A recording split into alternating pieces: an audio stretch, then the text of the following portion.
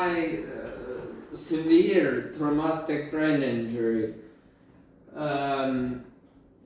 My name is Þorri Norðfjörð Harðarson. I'm not even going to try to make you portrait. I'm not even going to try to make you pronounce the name. Yeah, thank my parents for the name, but anyway, next. So this is the presentation. First, I will talk about before my personality and everything about me, who I was. Then I'll go to before, what I was doing day to day, you know, Should we get to the next one? Yes. So that will not get, sorry. No, yeah. Oh, yeah. Oh. Okay, so before I had a kind, I was teasing just a little. I took myself very seriously, and I took nothing seriously. I vomited my heart all over the place. Yet I was kind-hearted in a sense. I was a determined person. I went to a really, really tough university.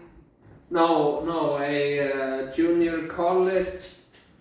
And, I worked my ass off, if you will.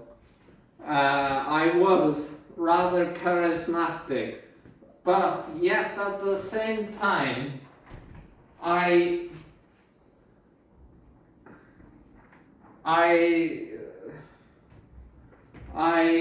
being honest, I speak the truth. When someone or something annoys me, I just tell them, basically. I don't hold back in any way, making me unpopular in some circles. And, and the thing is, I don't care. What you see is what you get. If I was popular, whatever. If I was unpopular, whatever. What you see is what you get. Next. Before day to day, I went to university, studied software engineering. I had no interest in the subject, but it pays well, so I figured, whatever, 5 years to study something, and then when I'm finished. But I spent most or all weekends partying with my friends, having a good time.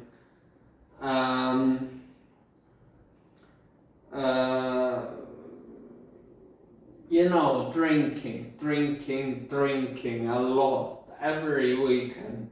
I had been in a relationship for 4 years, and but always fun around me.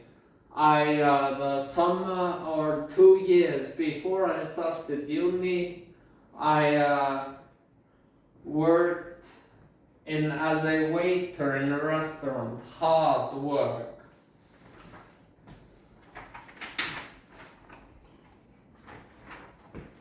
Well, my injury, after falling, I fell 8 meters from a statue in Reykjavik on the 31st of March 2018. It was in the heart of the downtown area, so the police car, just police officers came 30 seconds after they called the emergency line. One of the police officers leaned over me on one knee and noticed that I had started to stop breathing, or my eyes had started to fluctuate.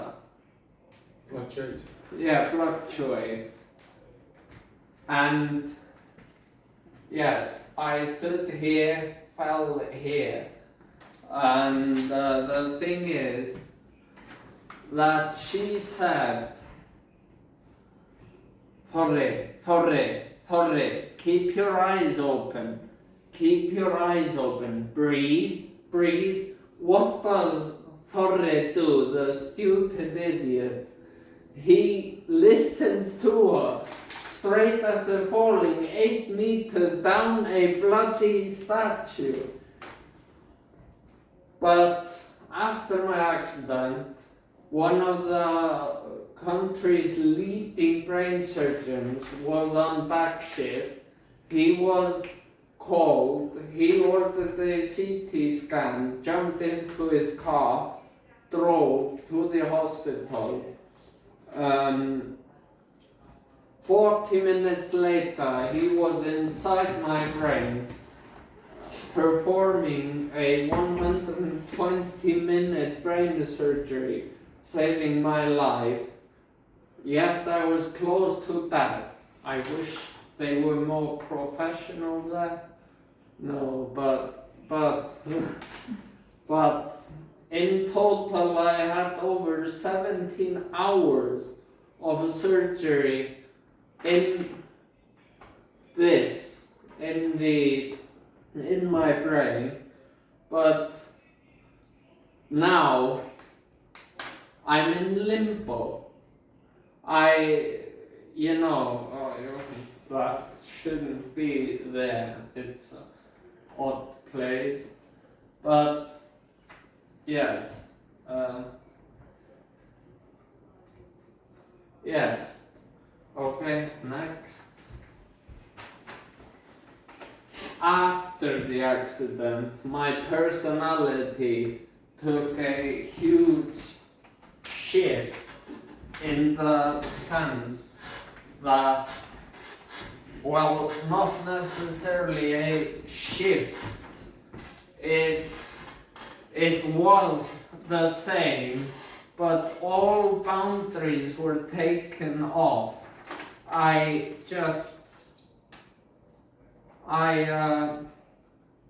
After my accident, I became myself in the power of a million. So I became so much myself, which is because of the frontal lobe, but we will get there later, talk about that.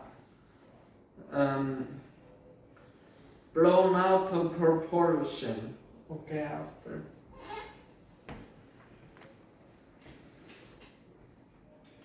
Uh, 4 months after my accident, I got a border collie puppy. And the thing is, after a frontal lobe injury, you lose your social skills, basically all of them. So all my friends that I had, they wouldn't stick by me. Understandably, I don't hold it against them in any way, but yes. So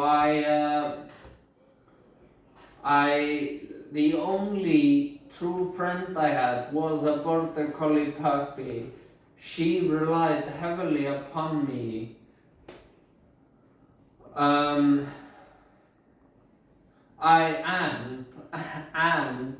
enlisted back in uni for one course, web programming, and the doctors in the rehabilitation wing of the hospital, they laughed at my face, in my face.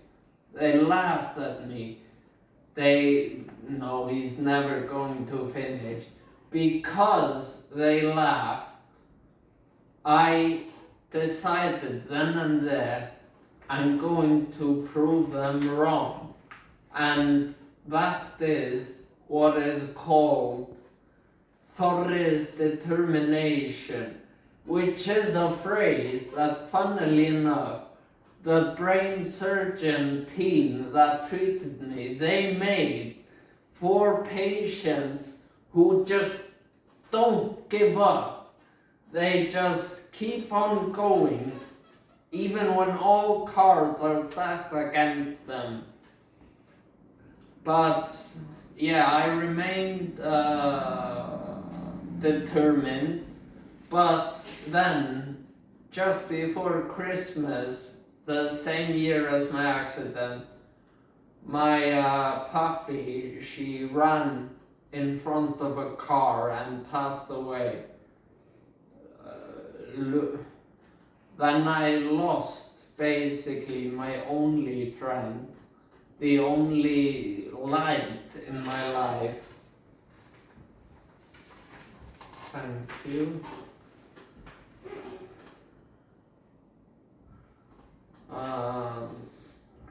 Okay, next slide.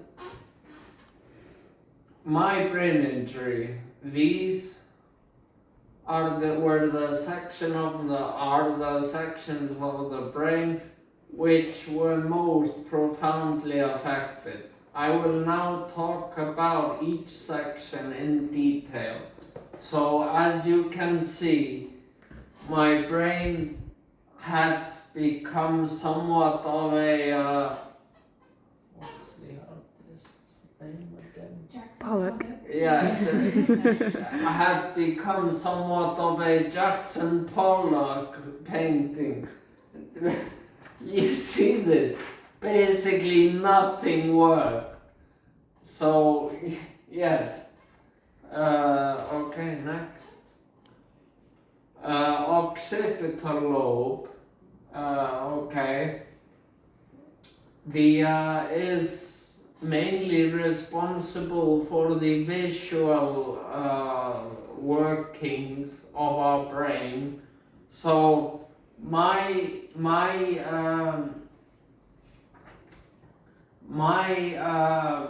injury had the effect of after 7 weeks of being asleep, all of a sudden you wake up not being able to move a single thing, not being able to blink, having to have a nurse associate water your eyes. I mean, that is rather really odd, to be honest. But the thing is, I became dizzy. Just overload of the senses. My right eye tended to become lazy and slide to the right, making me see everything double. That doesn't work out. So I had an eye patch over my eye, and therefore I had problems processing distances. And after 2 months of brutal training, I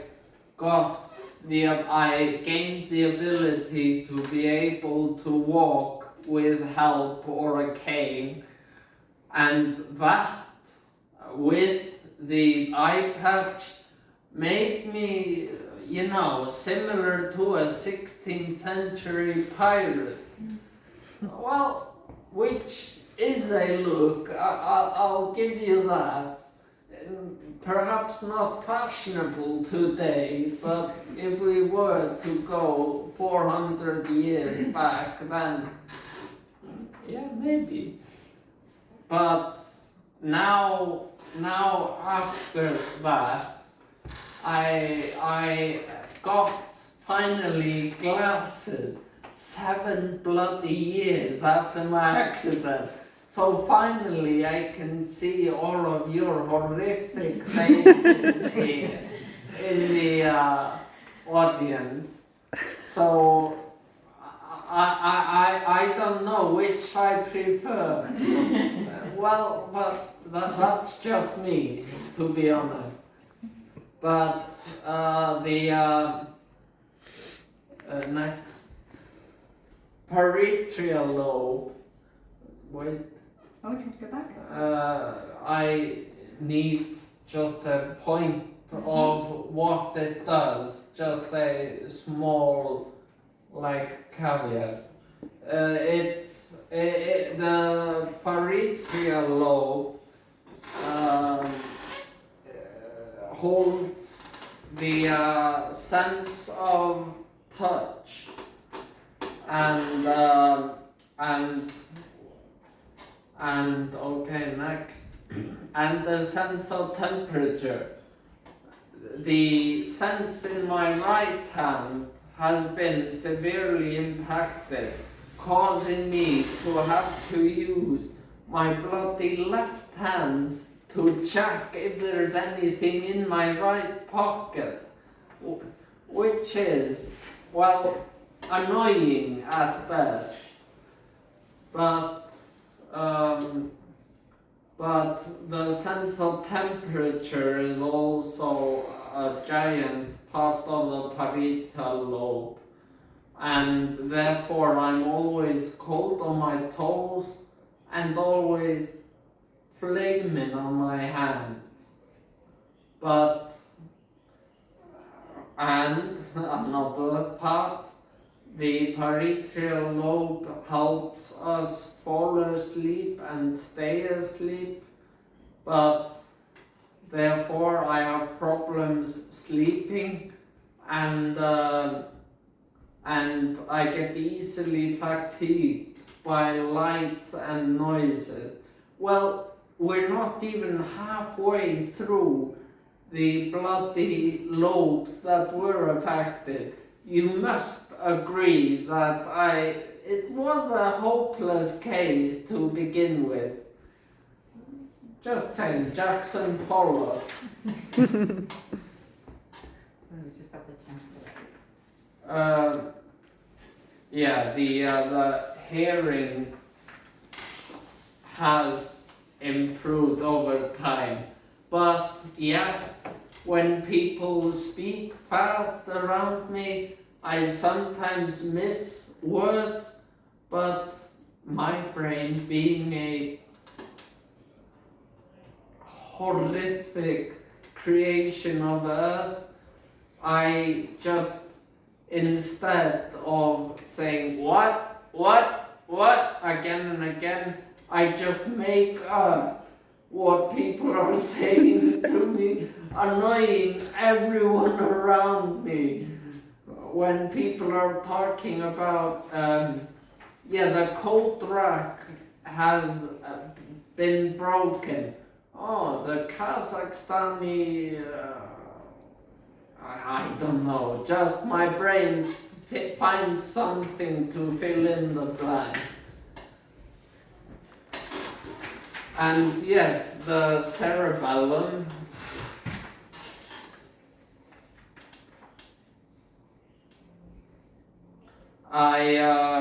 Yes. I have no idea what it does. For more balance. Yes. We need to put that on. Yeah. So the cerebellum is the balance and movement lobe, and the problem is that, like as I said earlier, I had absolutely no movement skills whatsoever.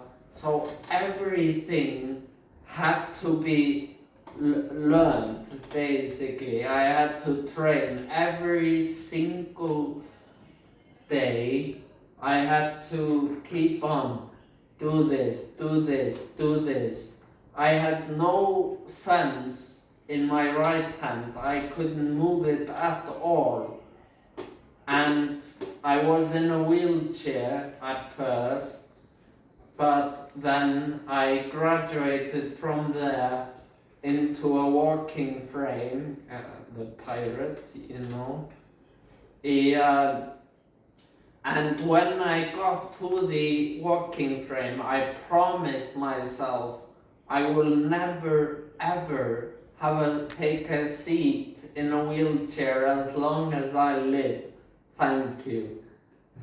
But yeah, maybe that's wishful thinking, but my improvement has only been possible through wishful thinking, to be honest. So therefore, bugger off. But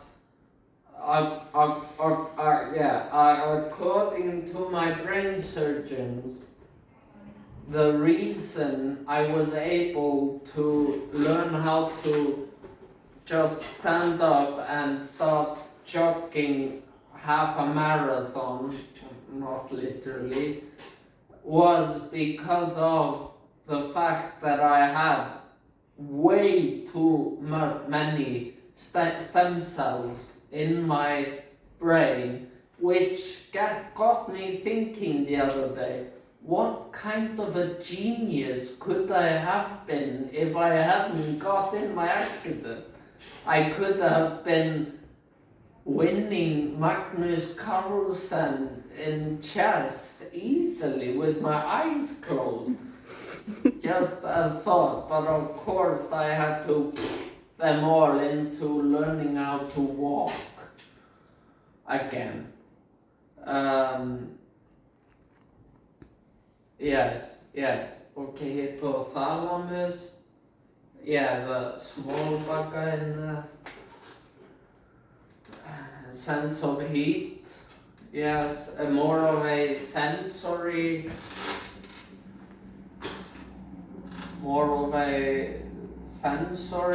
part of the brain. But one thing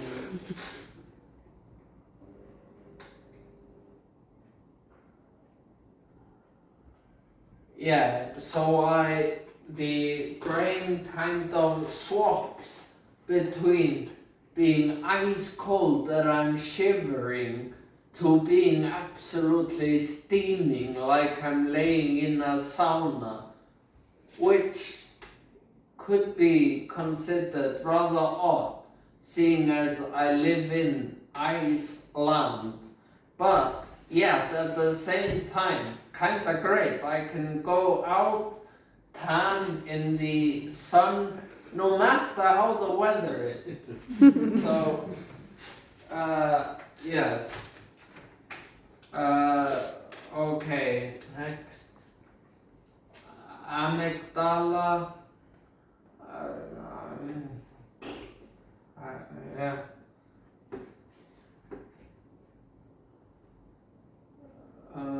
Yeah. After having woke, I don't have anything here. So just there?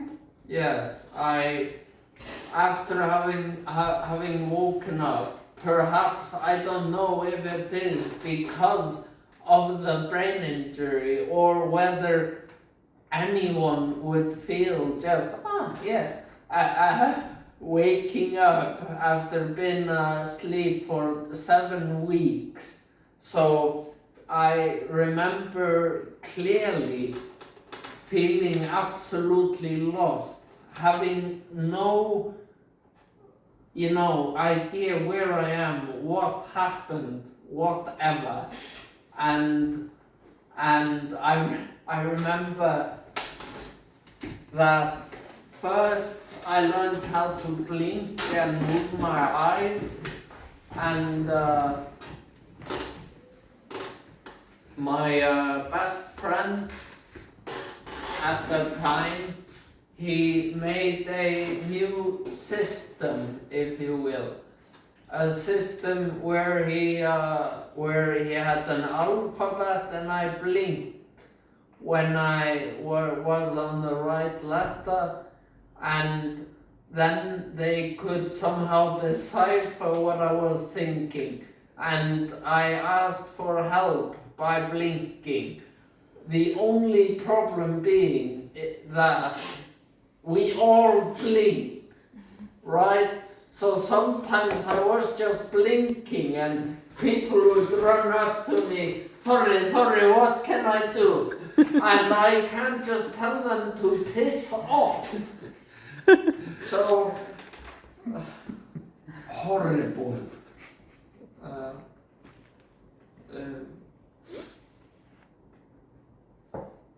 Yeah, frontal lobe.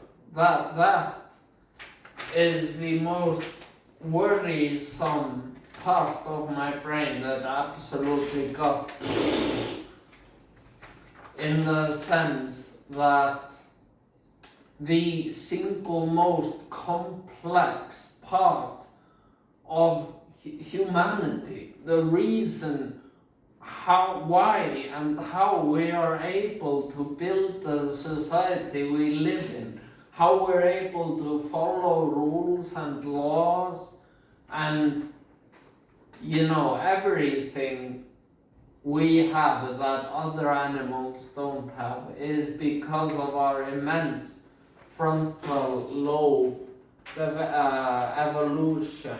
So, sorry. So, in a sense, the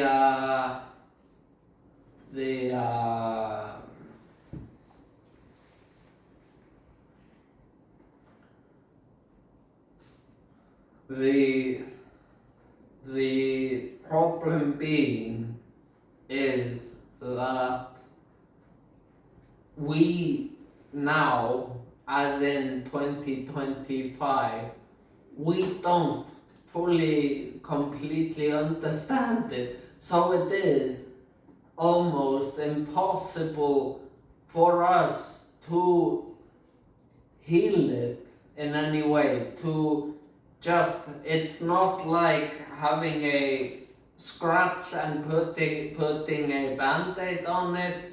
It's so complicated that up until 20 or 30 years ago, Western medicine just said, we don't know what to do. So yeah, just chuck them out. And now what they do in other Western countries is they know about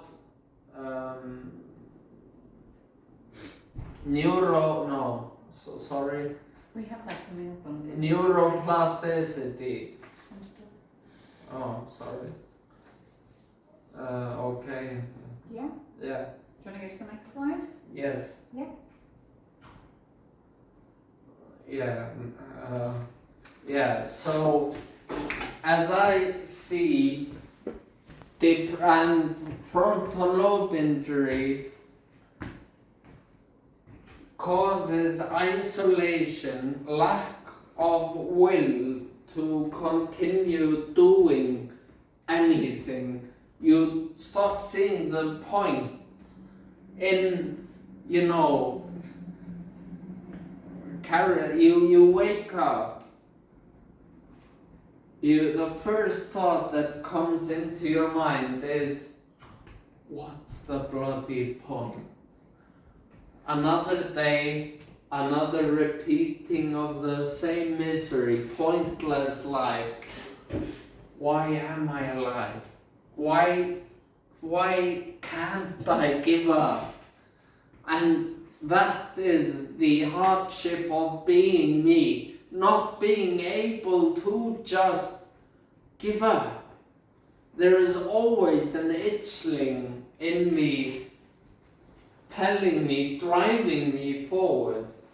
And yes, this is the best anagram is that the right word? Yeah, the best description. Yes, of depression in my eyes. When you have an itch and you don't cremate it, no.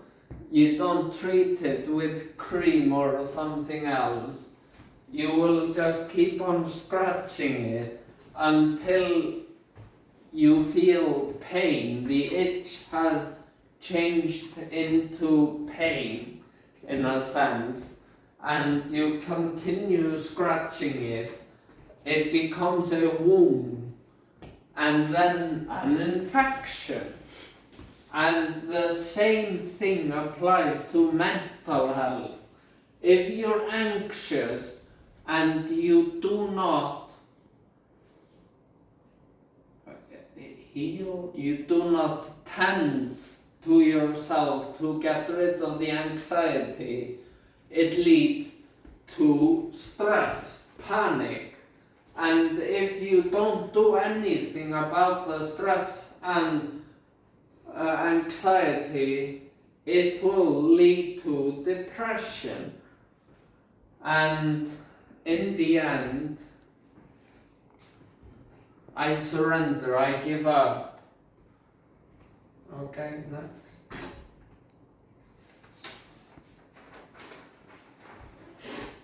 I had surgery on ICU.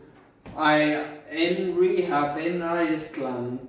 I had physio, occupational therapy, neuropsychological help, speech therapy. The first word I learned to say was hi.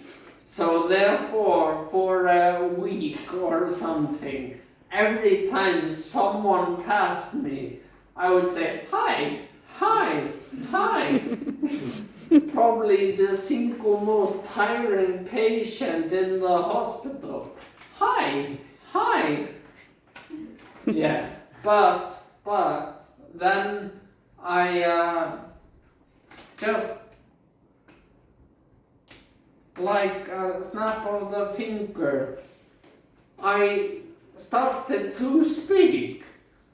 And Jesus Christ, after having survived 2 months of listening to people speak with grammatical errors, I finally got the chance to correct them, and I wouldn't, pardon my language, shut the fuck up about it, swearing and cussing at them for speaking wrong. And yeah, so just like this, my mouth wouldn't stop. All the staff in the rehabilitation clinic were gobsmacked. They were flabbergasted by the sudden heal that I got. So they picked up the phone. They called my leading brain surgeon. He was at home chilling in the sofa with his wife, watching Guiding Light or something.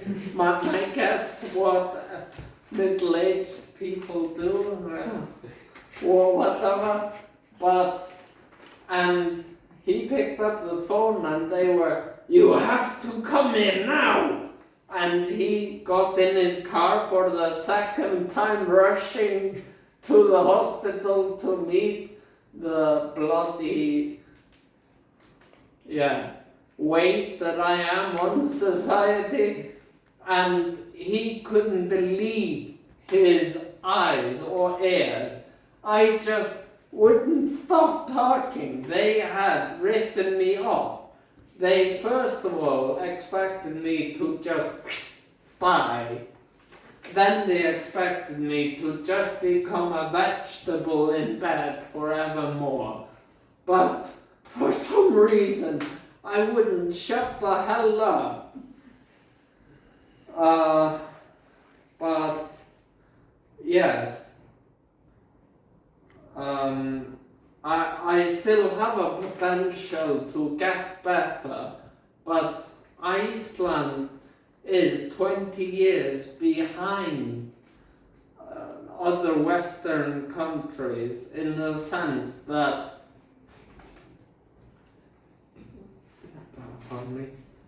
our national health system just doesn't feel, because it's difficult to heal frontal lobe injury. It's a time-consuming, expensive thing to work with. Therefore, it's an investment. You invest in a person with a frontal lobe injury, and it takes time and work, but they can become a member of society again. And yes.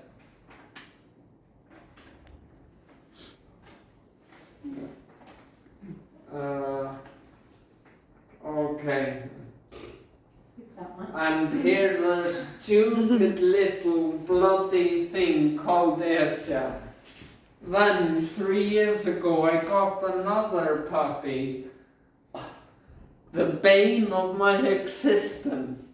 I often tell people that she has single-handedly taken easily 5 to 10 years off my estimated lifespan. So difficult. Okay, next. But much like her father, we ride till we die. No matter what's going on, you can trust her. When she first came to her new home, she was afraid of everyone and everything around her. Little bugger. She was afraid to go over the road.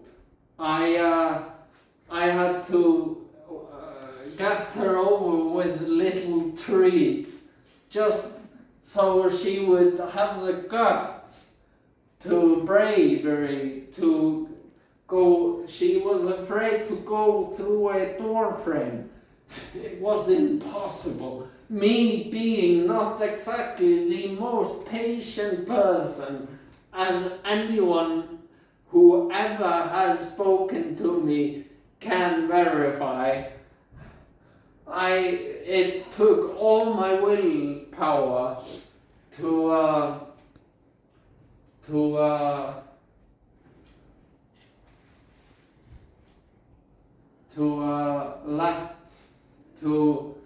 be good to her, to understand her.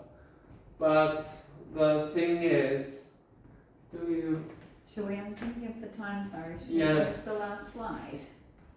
Oh yeah, here she is. Stupid little jumps in the water on the dog park just to get wet, just to be tiring.